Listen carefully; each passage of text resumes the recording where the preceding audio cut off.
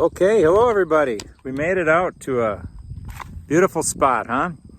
I hope that I don't make you dizzy with this camera because there's not a good place for me to anchor it, so I'm just holding it in my hand. But you can see I'm in a sunflower field, and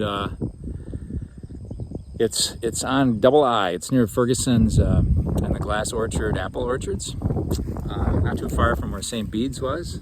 The building's still there, but it's not St. Bede's anymore, right? It's just the Priory Daycare Center for UW Eau Claire community.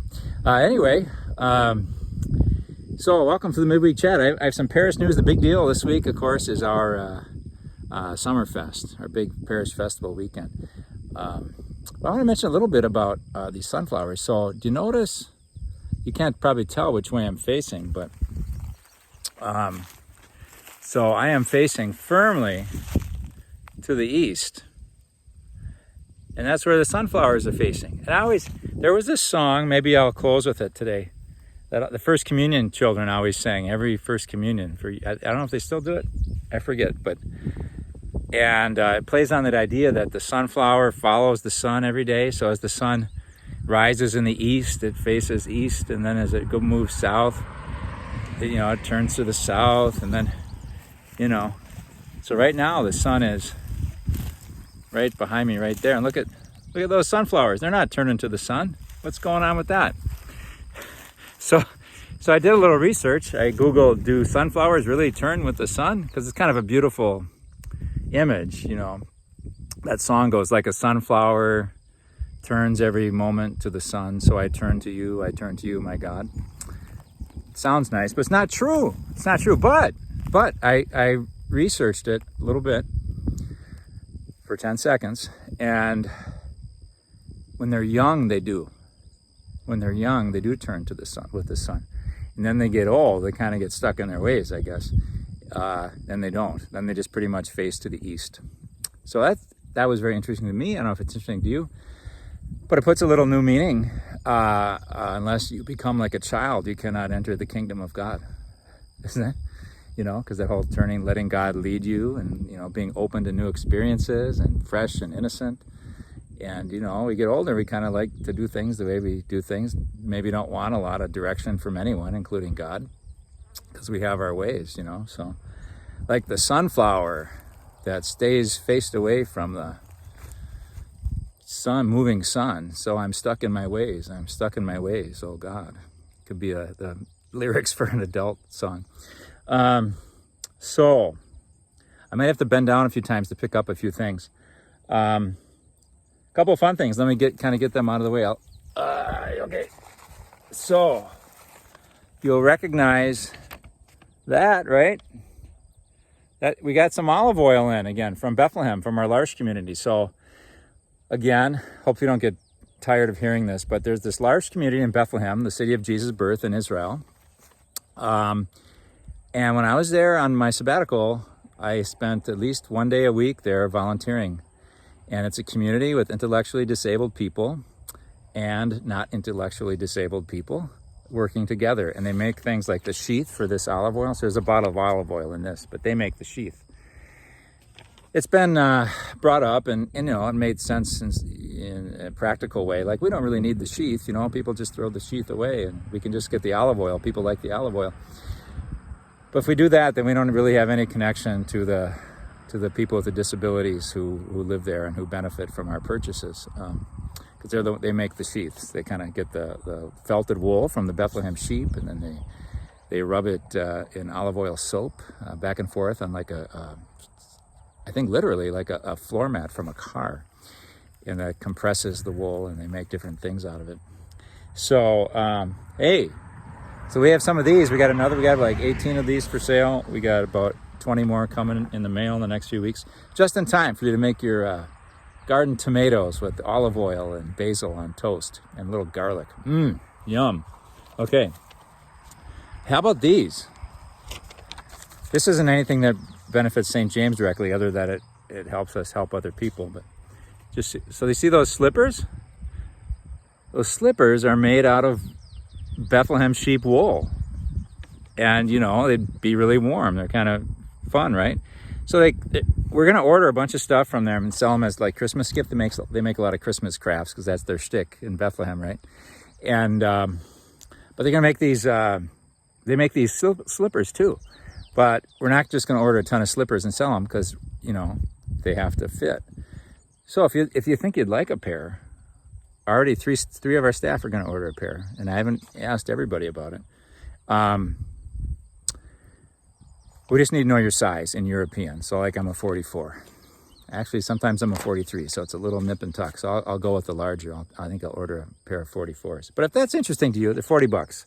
But it's a quality wool slipper. So if you go to Cabela's or something and get some of their fancy wool slippers, they're $80. So, okay, let me get my notes here. All right. I was thinking a little about belonging for some reason. Oh, I think because of Summerfest coming up, So it's community building, right? We hope it's community building. We hope it celebrates who we are. I enjoyed talking to some of our superstars after Mass today, morning Mass, about getting excited about Parish Festival, and I'll work wherever you need me. Where do you need me? I'll be around, and it can be a lot of fun. Everybody pitches in, and we got an email out today. It said, if you want to volunteer, click here. And so I clicked it and it said link not functioning. So I said, hey, Christine, the link doesn't work. So she fixed it in 5 minutes. And so maybe if you got a second email, it's kind of I'm not trying to pit parishioners against each other by any means, but you see, if you click that link, you see opportunities to volunteer, but you also see who has volunteered. And it's like an honor roll of superstars. I mean, it's really, really cool to see all those names, people that are giving their time. So, hey, if you want to join them, please do. We could use you. I think of all these sunflowers sitting here, and so there's these flowers I'm right in the midst of. Then there's like a gap of weeds, and then all this huge group of sunflowers back there. I was going to go out there and give the chat, but I thought, well, I'm trespassing enough as it is by 10 feet. I thought I'd not go too far in the field. So, but it's good to be a sunflower, good to be amid something beautiful, part of something beautiful, a sunflower field. Same thing with church, good to be part of something beautiful, to belong. Sometimes I forget just how important it is and how much it probably shapes what we do and how we think, that need to belong. I just think even mavericks that just seem so independent and don't need people. I think there's some sense of belonging to something, some self-image that they want to cultivate, that they belong to. But I think, and it's got a good side and a bad side. So like people join gangs, right, to belong. Someone has your back, you have someone else's back. There's really a beautiful. Anybody's ever read any Greg Boyle, Jesuit priest in L.A. and he does a lot of ministry to people in gangs and tries to basically pull them out of a life of where they die too young because of gun violence and things like that. And they started Homeboy Industries, and they make things and sell them nationally. And he's a very inspirational speaker. If everyone, Greg Boyle, Boyle, you can look him up on YouTube and watch a speech that he's given. He's given a TED Talk that's really good. Anyway, it's that need to belonging, and so gangs have that. And I think even in our polarized world, where we have kind of, people just so, flying the flags of this or that person. We just had an election yesterday, and we have the street signs and the yard signs. There's nothing wrong with that. To support your candidate that you want to have win. I don't know. I'm just thinking a lot of that probably is rooted too in kind of a need to belong, and it feels good to belong and to have people that think like I do, and so, and ideally, but then it can always have that edge to it too, where we're not maybe open-minded as we should be, or flexible, or because we get kind of fixed. We're like that sunflower that's just facing east. So, does the Word of God ever break through to us in new ways? Or do we just hear what reinforces what we think is right out in the first place? That's the kind of thing. And I think I'm like that very often, very often. So I certainly don't think I'm exempt from that. Human nature.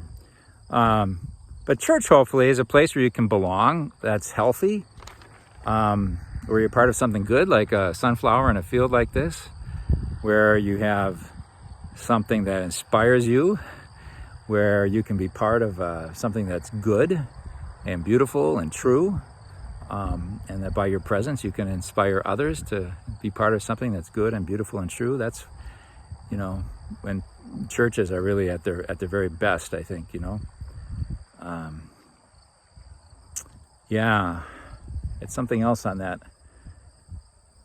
But hopefully as church, we accept everybody as they are, and then through the way we act, through the way others act, we're encouraged to be better. By the way we act, hopefully we encourage others to be better in small ways and beautiful ways, in the ways of acceptance and compassion and service and faith, right? So hey, all that from looking at a sunflower. Yeah, I'm glad I learned that they really, I thought they don't turn, do they? And I thought, they don't. When they're young, they do. Hey, let's talk a little about, let's do some Hody Ho stuff. I don't know what Hody Ho means, but regular pair stuff, and then I'll talk about the festival a little bit. So, hey, we got our 4th grade teacher. I didn't realize she was hired in mid-July. I was telling everybody, pray for a 4th grade teacher, and by mid-July, I just found out this week that she was hired. So Abby Marshall, she's born and raised in Chippewa Falls. She's a 2020 graduate, School of Education, UW Eau Claire, and she will be well mentored by our great teachers that we already have in place, and our principal. So that school year is going to be getting going pretty soon. Teachers are hitting the classrooms. So anyway, that's exciting. We got it. So thanks for your prayers. I was asking for prayers here and then in our bulletin that we have a good hire, and it looks like we have indeed. I told her, I said, Abby, you know what? You're the answer to our prayers, literally, because we prayed that someone would get this job, someone good. And you could tell she just sort of threw her back on her heels a little bit, like, that's something to be told that, right? You're the answer to our prayers. Little pressure, but with God's help, we rise to that call. But hopefully she didn't feel pressure, but you can see where you might. Wow. But it's true. Let's see. Religious education. So we're down some catechists in our religious education here. Kelly and Beth trying to work creatively to fill all the slots. We could use 5 to 6 more for sure. People that are willing to teach religion mostly to our public school students. Sometimes our Catholic school students show up for religious ed nights as well.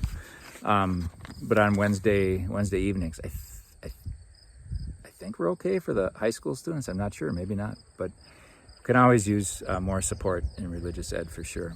It's a good program. It's a great morale, good spirit there, good leaders, and great volunteers. It's amazing how busy some people get, though. I mean, I don't begrudge anybody who said, I really can't do it this year. You hear about their lives, and it's like, oh my gosh, yeah. So, okay, what do we got going on? Oh, exchange students. So we put out a little blurb about Eastern European high school students that are looking to study at Regis High School and needed host families. Well, we have 3 from St. James. So the Martin family, the Benning family, and the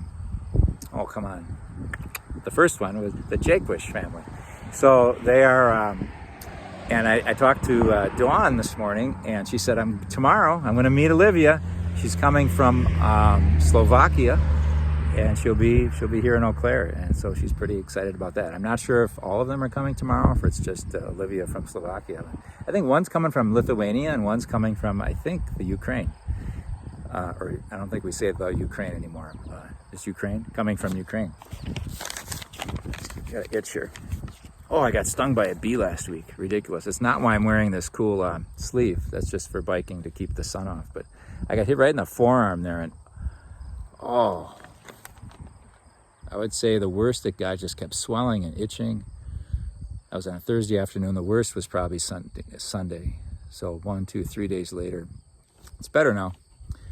But there's a lot of bees. This is like, I don't know. It's a little bit like, I was going to say it's like heaven. I don't know. It's like heaven. But it's really, a sunflower field is really beautiful because there's all these bees and insects attracted to the flowers. They're pollinating them. They're helping the flowers. The flowers are helping them.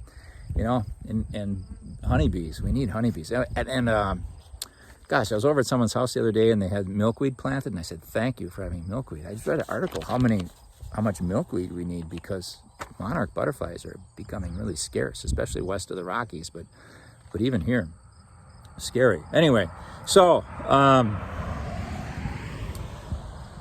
okay, let's talk Fall Festival. Or Fall Festival. That's what it was in St. Joe's, Menominee I was. Here it's Summerfest. It's a little earlier at St. James. So I still need volunteers. There's that link if you got an email. If you didn't get an email, you're like, what email are you talking about? Or I can't do the computer on the websites. Just call the office. Say, I can help wherever you need me, and then I'll find a spot for you. Okay? That'd be great. Especially between 1 and 3 and 3 and 4 on Sunday, I guess. Saw Jerry Whalen yesterday at the KC Grill Out, and he said the weather looks good for